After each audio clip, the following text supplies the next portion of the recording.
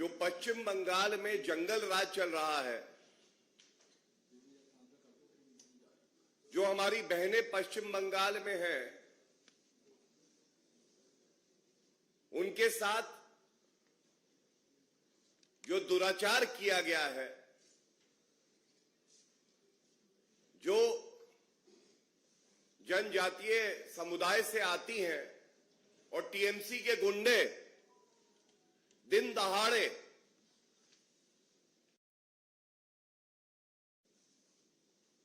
शोषण कर रहे हैं, बलात्कार कर रहे हैं हमारी बहनों का, और सूबे की मुख्यमंत्री ममता बनर्जी मूक दर्शक बनी हुई हैं। उनके लबों पर टीएमसी के गुंडों की टेप लगी हुई है। बहुत ही चिंताजनक है और इसीलिए इस मुद्दे पर कुछ नए तथ्य हैं जो आपके समक्ष मैं रखूंगा। This press conference highlights the lawlessness that prevails in the state of West Bengal, where it is clear to every citizen the rule of law does not prevail and exist. Rather, the law of the anarchic ruler Mamata Banerjee prevails, and when the perpetrator of crime happens to be a TMC goon, a constitutional position holder, the chief minister of the state, doesn't even care to uphold the dignity of the women of the state, the Hindu women especially, being targeted by goons of Shahjahan Sheikh, the absconder. सबसे पहला तथ्य जो आपके समक्ष पश्चिम बंगाल में ये कहना गलत नहीं होगा, आज वहां की जनता कह रही है, जंगल राज कैसा होता है? बिल्कुल ममता राज जैसा होता है। जंगल राज कैसा होता है? बिल्कुल ममता राज जैसा होता है। जहां पे पुलिस बल के शस्त्र तो झुक जाते हैं, महिलाओं के साथ बलात्कार होता है, जनजातीय समुदाय की महिलाओं को प्रताड़ित किया जाता है, लेकिन टीएमसी के गुंडों के पास अस्त्र शस्त्र होते हैं, बंदूकें होती हैं, महिलाओं पे रखी जाती है, उनको डराया जाता है और हिंदू महिलाओं को खासकर प्रताड़ित करके उनका शोषण किया जाता है, बलात्कार किया जाता है। It will not be wrong to say that West Bengal has turned into a state where there is a government run by the rapist, of the rapist, for the rapist. मैं पुनः कहूंगा, पश्चिम बंगाल आज वो प्रदेश है जो सरकार बलात्कारियों को संरक्षण दे, पुलिस को कमजोर करे, महिलाओं की गुहार लगे और एक महिला होने के नाते मुख्यमंत्री को पीड़ित महिलाओं के साथ खड़ा होना था, पर वो टीएमसी के गुंडों के साथ, बलात्कारियों के साथ खड़ी होती। शर्म से, लज्जा से सभी नागरिकों का सर झुक जाता है, लेकिन ममता बनर्जी के मुंह से एक शब्द नहीं निकलता है। संवैधानिक संस्थाएं अपना काम करें, यह सुनिश्चित करना भी मुख्यमंत्री की जिम्मेदारी है। मेरे हाथ में कलकत्ता उच्च न्यायालय का आदेश है और मैं आपके समक्ष इसे रखना चाहूंगा। यह करारा थप्पड़ है ममता बनर्जी के गाल पे। एक महिला होने के बावजूद आप दूसरी महिला का दर्द नहीं समझती हैं। मैं कुछ ना कहूंगी, लफ्ज लूंगी। कलकत्ता हाईकोर्ट ने 13 फरवरी 2024 यानी कल स्यू मोटो,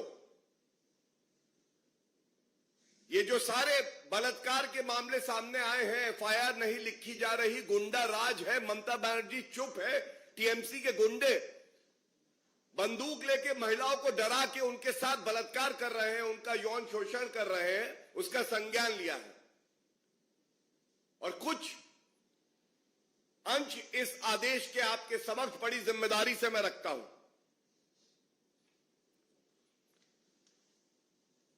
कोर्ट ने कहा, I have been grossly disappointed after going through several newspapers and electronic media reportings where it has been reported that a good number of ladies in Sandesh Khali, North 24 Parganas, have been sexually assaulted at gunpoint. इसके बाद आगे वो कहते हैं, it has also been alleged in the newspapers, namely Anand Bazar, Indian Express and many other newspapers including different electronic media on 9th of February 2024 as well as on 10th of February that the tribal lands were taken away forcibly in violation of all legal formalities and laws. Hindu महिलाओं का शोषण, बलात्कार, और एक तरफ केंद्र की सरकार श्री नरेंद्र मोदी जी के नेतृत्व में जनजातीय समुदाय को मजबूत कर रही है, मुख्य धारा से जोड़ रही है, उनका सशक्तिकरण कर रही है, और दूसरी तरफ पश्चिम बंगाल में जबरन उनकी जमीनें छीनी जा रही हैं, वो भी गैर कानूनी ढंग से। ममता बनर्जी से आज पूछा जाएगा, पहला सवाल, हिंदुओं से आपको इतनी नफरत क्यों है? जनजातीय समुदाय से आपको इतनी नफरत क्यों है? पिछड़े समाज से आपको इतनी नफरत क्यों है? जिनको कानून का सहारा देकर पूरी तरह से मजबूत करने का काम आपको करना था, उनके खिलाफ आपके गुंडे उनका शोषण कर रहे हैं और आप चुप है। इसी आदेश में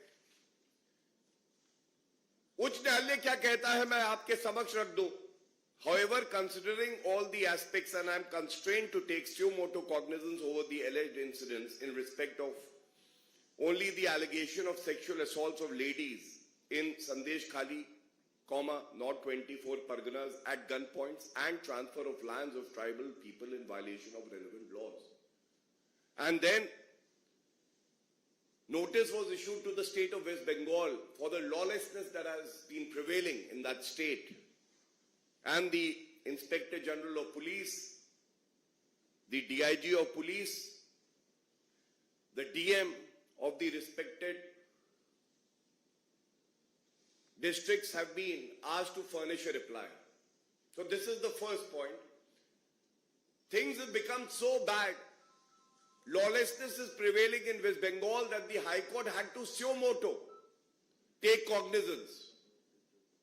Second, ये जो दूसरा तथ्य है ये और पीड़ाजनक है, चिंताजनक है, निराशाजनक है। नेशनल कमीशन फॉर विमेन ने अपनी टीम वहां भेजी, तो आपको याद होगा जब ईडी अफसर गए थे तो अराजक तत्व जो थे टीएमसी से जिनके तार जुड़े थे उन्होंने हमला किया था। अब एनसीडब्ल्यू की टीम वहां जाती है और उनको भी अपना कार्य नहीं करने दिया जा रहा, बल्कि शर्मसार करने वाला है, जिन महिलाओं का शोषण किया गया, जिनके साथ बलात्कार हुआ, उनके परिजनों के खिलाफ एफआईआर दर्ज कर दी गई है। आप सोचिए ममता बनर्जी का क्या स्तर है आज राजनीति का। एक महिला है, मुख्यमंत्री है, उनको सुनिश्चित करना चाहिए था कि जो महिलाएं हैं उनके साथ खड़ी रहे, उनकी अस्मिता की लड़ाई लड़े। लेकिन ये क्या मुख्यमंत्री है ममता बनर्जी, टीएमसी के गुंडों के साथ जाके खड़ी हो गई और एफआईआर दर्ज उनके खिलाफ होती है, कंप्लेंट उनके खिलाफ होती है। जो पीड़ित महिलाएं हैं उनके परिजनों के खिलाफ की डरा के इस बात को दबा दिया जाए, शांत कर दिया जाए।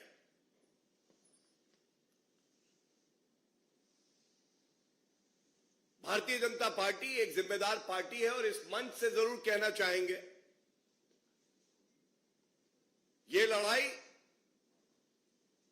हर उस महिला की है जिसने किसी भी पार्टी के लिए वोट क्यों ना किया हो, लेकिन उसने संविधान में अपनी आस्था रखी है। ये हक संविधान देता है भारत का उसको